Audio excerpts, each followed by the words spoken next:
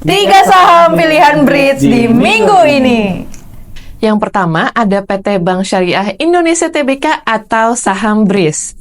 Riset kinerja dari BRIS mencatatkan kenaikan laba bersih sekitar 17,07% secara tahunan atau year on year pada periode kuartal 1 tahun 2024. BSI mencatatkan laba bersih sebesar 1,71 triliun rupiah di 3 bulan pertama tahun 2024. Sebagai perbandingan pada periode sama tahun lalu, laba BSI masih senilai 1,46 triliun rupiah. Katalisnya, yang pertama BSI tetap menjadi bank syariah di Indonesia dengan total aset paling besar.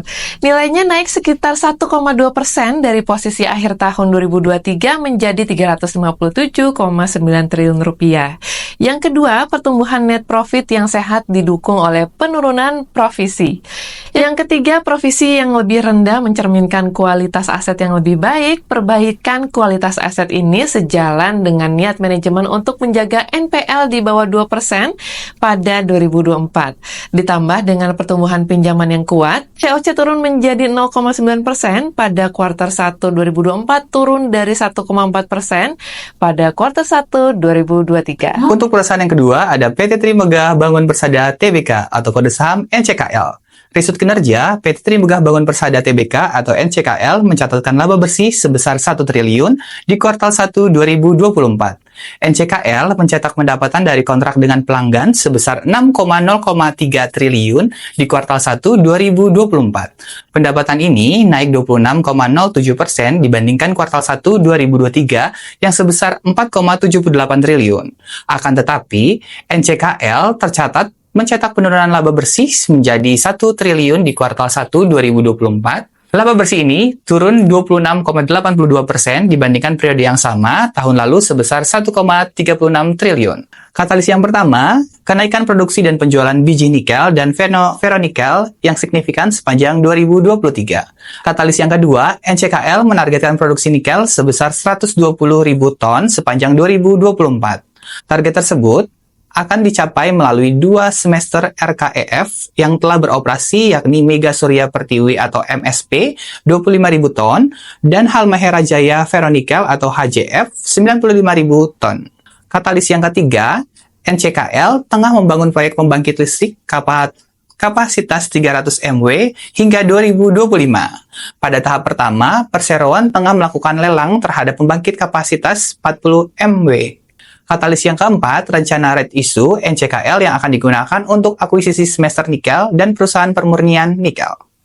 Yang terakhir ada PT Adaro Minerals Indonesia Terbuka atau ADMR.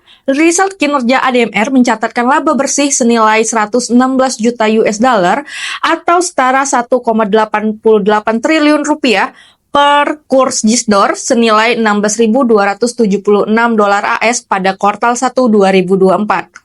Pendapatan ADMR di kuartal pertama 2024 mencapai 274,5 juta US dollar atau setara 4,46 triliun rupiah.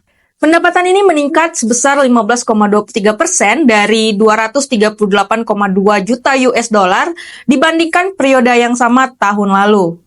Kita lihat dari katalis ya, yang pertama kinerja yang solid di kuartal pertama tahun 2024 di mana perseroan berhasil membukukan pendapatannya sebesar 274,5 juta US dollar atau naik menjadi 15,23% secara year on year dan laba bersihnya senilai 116 juta US dollar naik menjadi 37% secara year on year. Yang kedua, produk batu bara metalurgi ADMR yang berkualitas tinggi berhasil dijual ke pelanggan yang beragam, mulai dari domestik hingga ekspor ke Jepang, Korea Selatan, dan juga India. Yang ketiga, volume produksi juga meningkat pada kuartal pertama tahun ini sebesar 27% secara year on year menjadi 1,56 juta ton. Yang terakhir, kenaikan 24% pada volume penjualan yang mengimbangi penurunan harga jual rata-rata atau average selling price sebesar 7% dibandingkan kuartal 1 di tahun 2023. Itu dia 3 rekomendasi saham pilihan Bridge di minggu ini. Ada favorit kalian? Komen di bawah ya.